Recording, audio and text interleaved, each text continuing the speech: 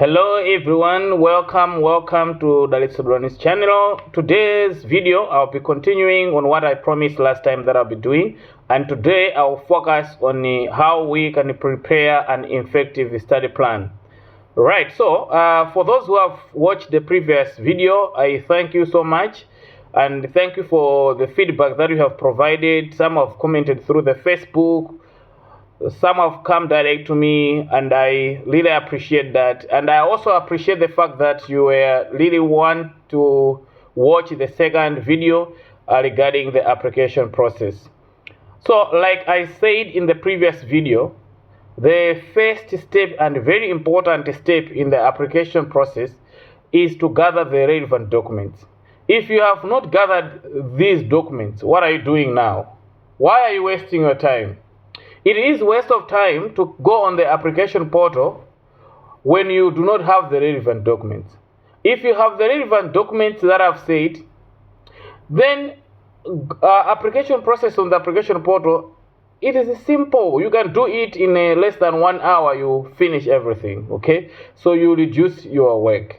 Just to remind you, these documents that I talked about, number one are 2 reference letters. These recommendation letters, one from the academic professional, and the second one is work reference. The academic one, I recommended a PhD or a professor. A professional one, somebody who is senior than you, will need to stamp the letter to make it. You should carry a letterhead of your organization you are working for, right? And then I also talked about your study plan, which will be the main focus of this video. And you also need English proficiency letter that you can obtain from your school. The other documents that you need to know is the CV. You can make you a very good CV, a valid first page of your passport, sized passport photos, at least with a white background. You need transcripts and degree copies. These should be notarized ones. You also need a foreign physical examination form to be completed at one of the reliable central hospitals. Apart from that, you also need to upload non-criminal certificate, non-criminal record certificate, which can be obtained at police headquarters. In Malawi, you can get it at area 30. So if you are in the south or you are in the north, you should know that it will involve you traveling to area 30 because you cannot send anyone there. You need to go there because they need to take fingerprints. So as you can see, gathering documents is not as easy as you think, okay? It requires you to be dedicated to put much of your time in this. So this is why I emphasized in my first video that gathering documents, it is a very, very important step. But as I've said, amongst the documents that you need to gather, you need to prepare a study plan. Okay?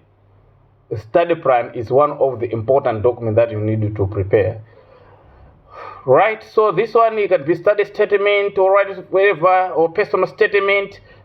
Some people can call it that way, or you can call it study plan. Whatever you may choose to call it, but you need to prepare it because you need to upload it. And it is very, very important document because it speaks about you.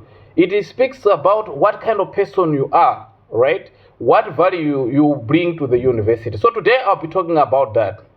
So in your study plan or personal statement, the structure of the document looks as, first of all, you have introduction, you have the body, and you have the conclusion. Obviously, you have these 3 parts.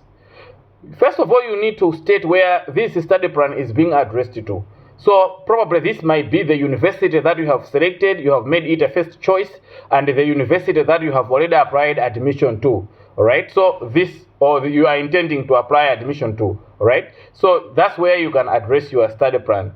Let's say I'm applying to Southern Medical University. I'm interested in Master of Public Health. So you will say this is study plan to Southern Medical University. So obviously, what you'll be articulating in the study plan will be focused on what you feel about Southern Medical University. So in the introduction, the first part, you are expected to introduce yourself. But before I go further, maybe I should say, whatever I'm saying here is not a gold standard. You can know much better than the way I do. Or I can also help you to give you some insight on how a best study plan may appear. All right, so in case you know much better than myself, That's good. That's good. You have a plus. In case I know more about more than yourself, then that's also a plus because it means you can improve your study plan and make it the best. Okay? All we need is the best study plan so that you can win the scholarship. So you can introduce yourself. But introducing yourself does not mean explaining irrelevant information about yourself. Your age, where you are born from, your place, your this. Some information are not really necessary because you need to write as brief as possible, all right? So you make sure you introduce relevant information about yourself. I may not give you exact examples, but let's say you are trying to write a study plan. You can talk about your name, where the university that you have studied from, the program that you graduated, the year you graduated, if you have worked, where have you worked, all right? What are the passions? What passion? What is your passion exactly? My question is, what is your passion? All right? They would want to hear your passion. Are you really passionate about changing, healthy problems of Malawians?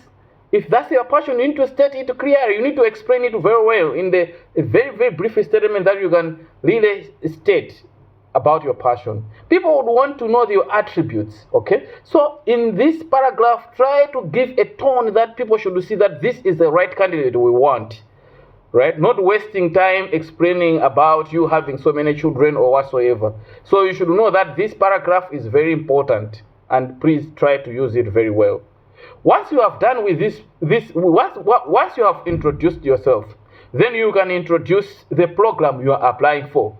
What is their first choice? Okay, this is your program you are applying for. So what is it? Is it Master of Public Health, right? Which university is offering this program? And why are you applying for this program? All right. Why do you think this program is the best for you? And why do you think you are the best candidate for this program? Because there are so many people who are applying, guys. If you're not applying, guys, there's no time. You need to apply now, okay? So why is it that you feel you are the best candidate? Why should MOFCOM consider your application than anyone's application? Why should it be like that? Okay? How do you feel like by pursuing this program, it will change something in you? All right? What are you going to bring to this university? Okay? What value are you going to bring to the university? If you are admitted to the university, what value will you bring? And another thing is, by you studying this program, how will Malawi benefit from you or as a country? Because these scholarships are political in nature. By giving you a scholarship, you need to clearly state that it will bring something to Malawian government and also Chinese government.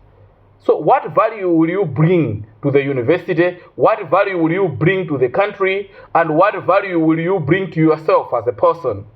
Right? So think about this. You can explain, how you can present in the linguistic part, but these are the things that they need to come out in your study plan. As you are as you are introducing your program, you need to state all these things. Once you have clearly explained these things that I've mentioned, you need also to come to say, as I've stated, the Ministry of Commerce is a government, and it's honestly, I would call it political scholarship.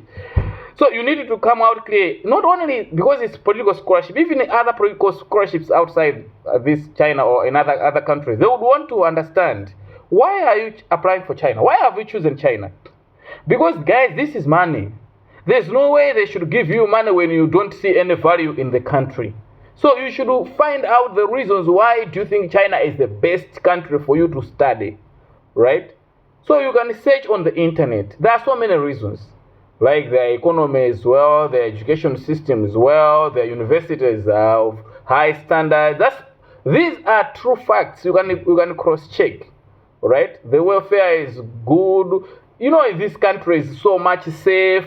You like the Chinese culture. You are interested to know more about Chinese culture, their health system. You admire it. A lot of things you can mention. You can search to find out why do you think that China is the best country where you should go, right? The question is, why not the Europe and China? If you are able to answer this question in your study plan, it will help you. It will help you to increase your chances, because they really want to understand why you have chosen this. And the other thing is why you have chosen the stated university. What do you have at that university that you feel like it is best for you to go there? Okay, maybe you can make a research about the publications that they have been doing, the professors that are at the university, how the university is standing on the world ranking, all sorts of things that can be available at the university. It can help you to make sure that you carry a very powerful study plan. And the last part you also need, and that's the very last part, you can also include, how do you think after you have studied this? Now I'm talking about post-studies. Now you have graduated with your master's. So what next? All right? What impact has will your program bring to you? What do you plan to do? Do you plan to stay in China? If you are planning to stay in China, please don't apply, because they will not pick you. All right? China would want to hear that after you have studied, you need to go back to your country and try to contribute to what you have obtained throughout your studies here to change problems, to solve the social problems that we are affected in our various countries. So this part is your opportunity to tell how you think after you have obtained the necessary knowledge, you bring back the impact to your country. Okay? And what about yourself? Do you have plans of how you want to? Then I also forgot to include the same within the body. You can also include how you are intended to intend to schedule your studies. That's why it's called a study plan. How do you intend to schedule your studies? Right? How you can make a research of the courses that are available, the programs that are available, the research. You can quickly also briefly introduce what you are intended to research. I think that should be a very, very important point to emphasize. Yes, you are not being asked to submit a research proposal, but make sure you find out what do you want to study. Right? Let's say you are interested to study about the surveillance of infectious disease like measles, So you need to make a good research and come up with a simple research topic, something that you should show that you really know what you're interested to study. Because for PhD students or PhD candidates, they are required to submit a proposal. But for you, master student, you can just include the information in your study plan. But try to make it as brief as possible, because these people do not have adequate time to read your four-paged study plan. So if you can make it, let's say 1 page, that's the best.